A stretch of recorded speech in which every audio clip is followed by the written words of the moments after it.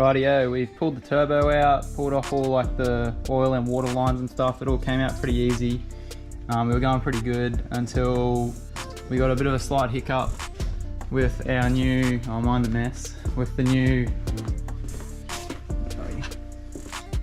bolts that go from the exhaust manifold to the turbo.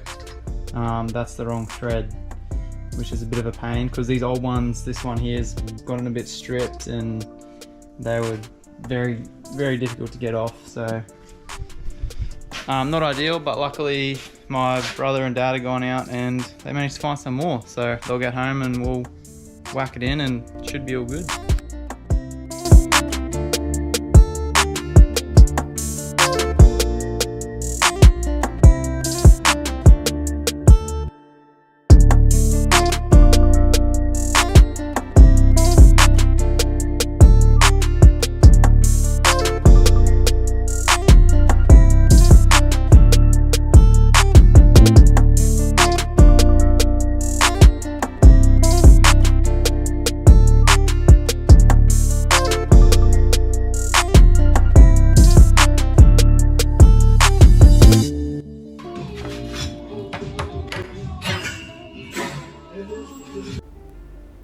So as you've just seen, I just knocked out the SUR clips and now I'm just using the press to get the uni joint out. You can do that in the vise as well, but the press is a bit easier.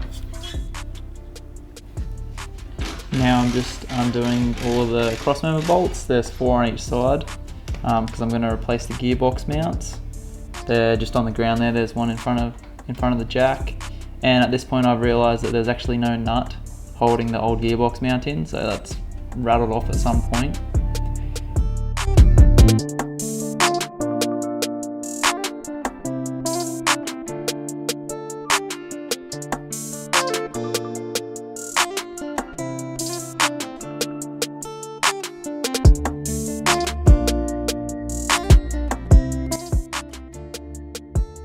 I had to rip the fuel tank out because the fuel sender was not working properly, which is a bit of an issue when you're traveling out in the middle of nowhere, getting pretty remote.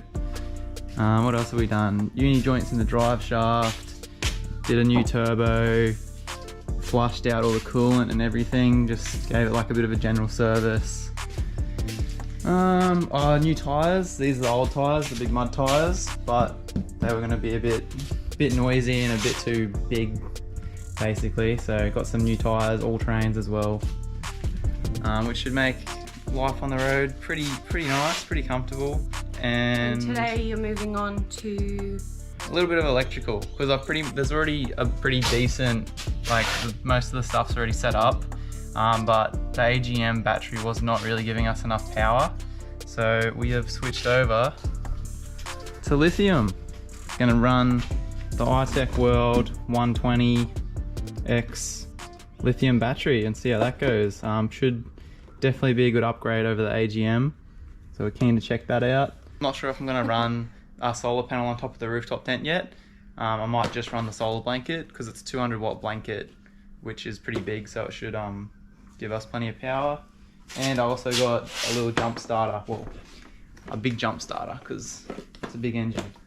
Yeah. Well, we recently went on a trip up to Cape York and we were on the Jardine ferry river crossing, and Matt's car didn't start. So we were lucky that we went with Matt's parents and they went in front, so they just towed us off. But we have something like that, we shouldn't have the problem anymore. No trouble, yeah. Which is good. Should be good. And the only other thing pretty much that's new is the new pie oven, because we sold the old one in the van. So fresh pie oven. Yeah. But now you're moving on to installing the battery. Yeah, so that's today's pretty job. much what today's video is going to Throw be. the battery in and put the fuel tank back in.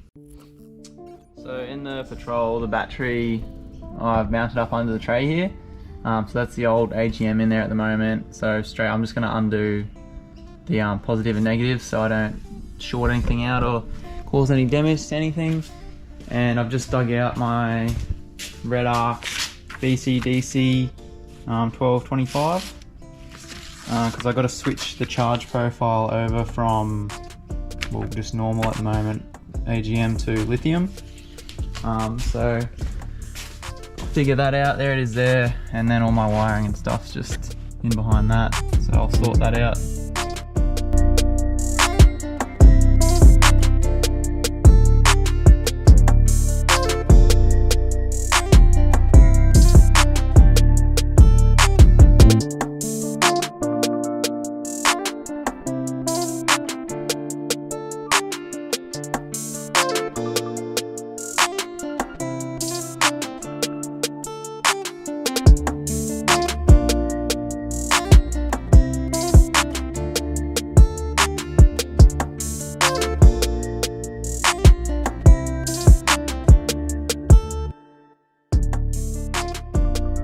Right, yeah, I just got the battery tray out and the battery stuck up in there.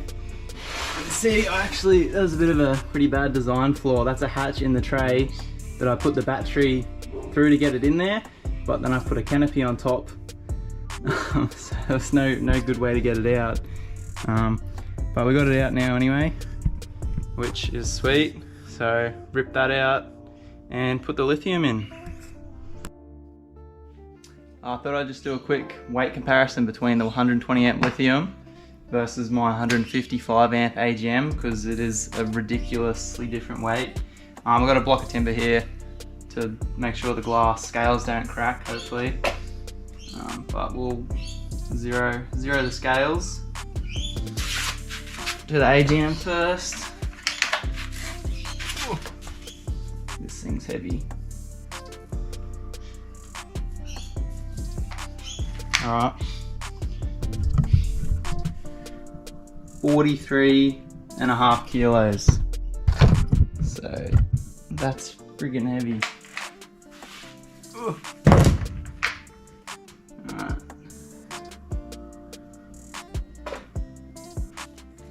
Alright, back to zero. Oh, weighs nothing.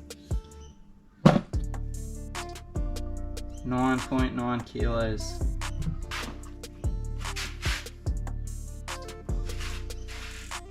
Versus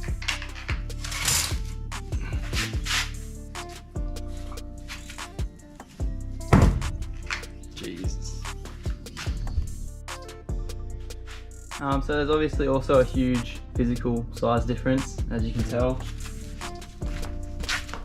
A fair bit smaller, so I'll be saving heaps of weight, a bit of room. And for those who don't know, AGMs sort of only get half the capacity of the battery. So even though that's bigger, 155 amp hour, this 120 amp lithium will actually have like a little bit more power in it, because you can use pretty much probably around 80% of the capacity. The volts on an AGM will also like slowly go down as the battery power goes down. With the lithium, as you use more of the battery, the volts stay the same. So it'll pretty much like keep all your 12 volt products running as good as they can be.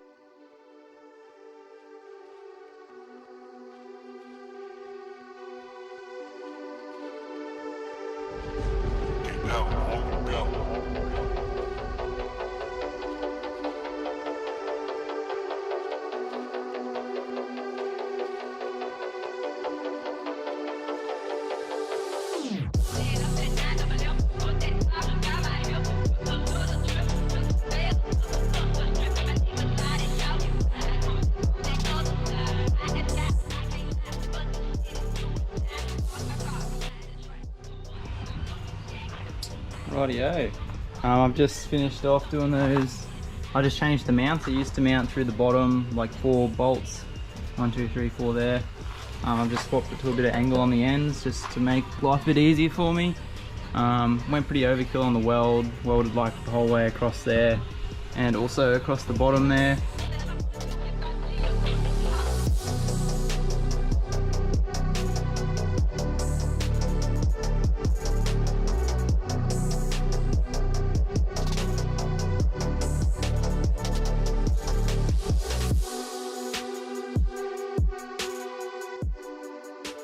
It's the next day now. I think the last thing you would have seen me doing was putting the fuel tank back in. So that's all finished and hooked up. Everything was going pretty well, battery was working good, and then yesterday afternoon I started working on my little tray sides because the side ones were full length, so I just chopped them down and got them all sitting on pretty well at the moment. And I'm just about to start tacking on these little pins, so they'll get welded onto the side of the tray, pretty much like that. That'll hold the tray sides on. So yeah, weld those on and see how it looks.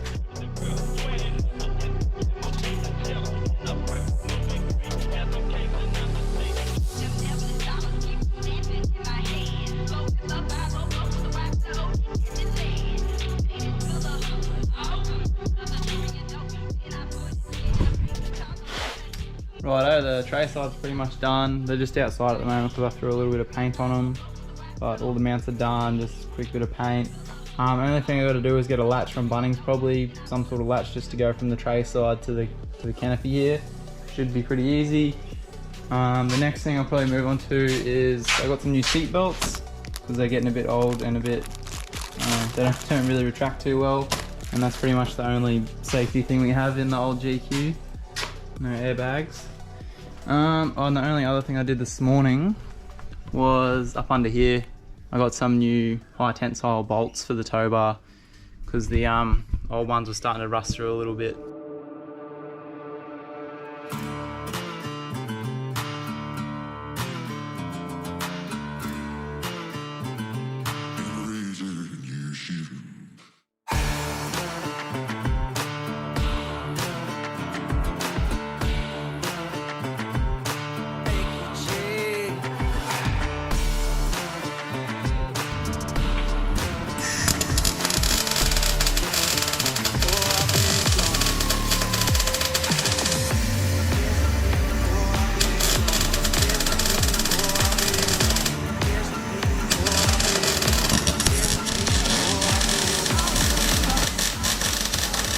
Okay, that's one side completed.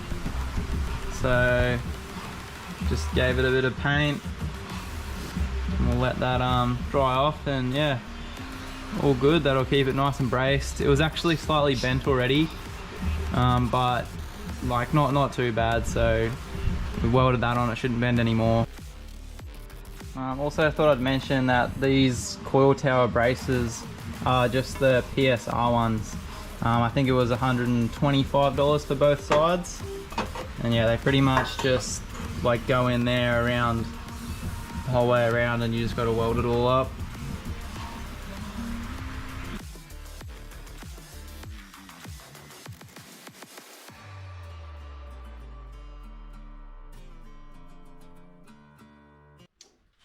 So just when I thought that we were almost all good to go and finished with all the engine sort of stuff, I noticed there's a lot of coolant there now. There was only a little bit before. Underneath, like the lower thermostat housing, like down under here, was there was a little bit of coolant leaking out. So not ideal. I was tempted to leave it or put a bit of stop leak in or something, but that's not really the proper way to fix it, and because we're going to be going out in the middle of nowhere, I sort of need to fix it properly. So got to pull it all off. I've loosened off like all these pipes and stuff, all the clamps. The engine's still a little bit warm, so I'm just waiting for it to cool down a bit before I fully pull it all off. And I'm just trying to crack the bolts that need to be cracked. There's these two. There's two just here. That one. This is a long one that runs all the way down. There's another one down in here, and there's two like right down and under at the bottom. So I've cracked most of them. I've got two left because these are notorious for getting stuck and tight. They get just sort of stuck there over time, and you just snap them. So far so good. Hopefully we get the other two.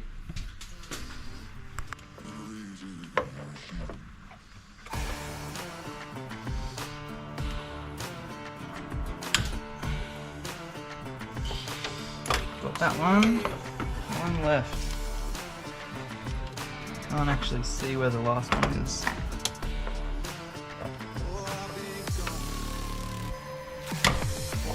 Got it.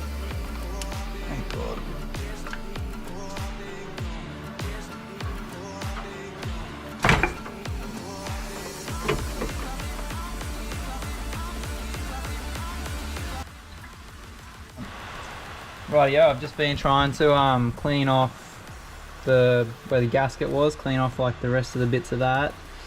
This one here, I didn't know, this is actually an O-ring, so it's all squashed in there. I didn't know that was in there. So luckily I've just talked to Nissan and they got one gasket left and they got some O-rings, so I'll be able to go out and grab those, which is sweet. It's the next day now after I had that coolant leak yesterday. But yesterday Ava also managed to get some help to lift up the rooftop tent. So we got that sitting on top of the big rig. Pretty sweet. I've just started making the mounts for the awning. So I've done 2, they're already good to go. I'm gonna do 4, it's probably a bit overkill at the front here, but I'm gonna do 2 at the front and then 2 at the back. And yeah, it just sits out past the gas strut that's on the side of the tent. It works out pretty good. Because these are the brackets that they supply, but it's made to just go like straight on like that and then mount to a roof rack. You bolt through that, which obviously does not really work mounting to the side of the tent. So yeah, 2 mounts done, 2 to go.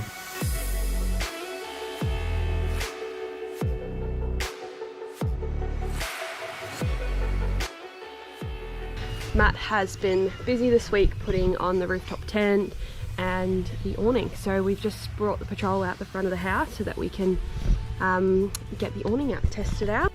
Right, he's back with the rope. Got a bit of gear. And what'd you forget? Oh, the instructions. Yeah. Forget them, intentionally left them in the shed, I don't know. Let's see if we can put it up without instructions, hey? See how easy it is. Yeah. We'll see how easy it is, hey? I was just saying to Matt, where should I put the GoPro? And he goes, oh, just hold it. It's only going to be a one-man setup. Alright. So this is what, the 23-0, is it called the Falcon? Falcon 270. Falcon 270. Bit of an upgrade from the old Kings. The old Kings. About 4 different Kings ones. Yeah. So, well, I'm excited. The problem is I'm not going to be able to fold it back up. Well, that's part of the fun. Most people are going to like flip that back.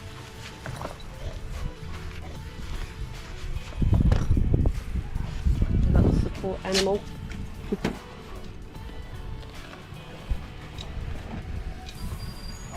Oh, I forgot I had the zip on it. Where do I put? Must go onto that one. Pretty sure. He needs instructions. Whoa! See, and then I need to put a clip up here somewhere. Clip on the other end of this. Oh, Buck's loving the awning. What's that for now?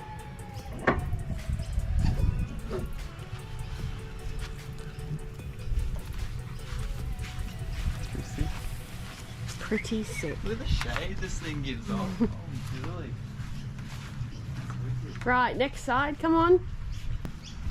Oh my god, look at this. We're not going to get sunburnt. It looks good. That thing's huge. How good is this? Jesus. This is a total upgrade. It's pretty wicked. Still just opens straight up. Ah. Oh, this is so exciting. Wow. Looks good. It's pretty solid. Right. Ready for the big reveal? The big reveal. The big reveal. Ta-da! How freaking cool is that? We're Pretty so wicked. happy with it. Well, we've been on the road now for over a month, so I thought I'd just give you a quick overview of like all the stuff that we put on and if it's been good or not, which pretty much everything's been great on the car. Awning's been great. We don't normally put it out when it's too windy, but just because then we've got to peg it all down, but the awning's been awesome. Tent's really good, really happy with the tent. It's a big improvement over the last one we had. Fridge is still going good. That fridge is old as. The tyres are good. They're, you know, a lot nicer than the old mud tyres. They're a lot quieter and they still get the job done on the beach and stuff, so that's good. Haven't had any punctures yet, which is nice. And then under the back is where the iTechworld battery is, which has been awesome. That's been keeping the fridge going and like running the little oven and stuff. And occasionally we've actually had another fridge running in this side, which yeah, like it's kept all that stuff going, so that's good. The inverter, we run like charging batteries and toothbrush and hair straightener, yeah, all sorts of stuff off of that, so that's been good. Everything's been kept like charged up, which is awesome. The solar blanket's really good as well. That puts in heaps of charge if we're stopped for like a couple of days, which is great. Yeah, we've had some times where we've stayed in like a caravan park for 3 or 4 nights and not in a powered site, so we've just used the solar panel, which has been great. Don't have to worry about stuff going flat, which is good. Keeps all the food cold. And we also used the iTechworld jump starter. Yeah, that was good. Not too long ago. Yeah, the battery went flat in the engine bay because the alternator was a bit dead. So yeah, we actually had to use it and it worked sweet. Hooked it up and it started straight away, which is good. Yeah, what else? We've had a few issues with the car. Yeah, we've had like a few things. A few things, like our water tank almost collapsed, but Matt did a dodgy fix on that. And like the battery obviously not starting with the alternator. What else have we had? Oh, the aircon. The aircon was having issues. Oh, the aircon pulley. I'll talk about that. I don't know, I'll talk about that another time maybe.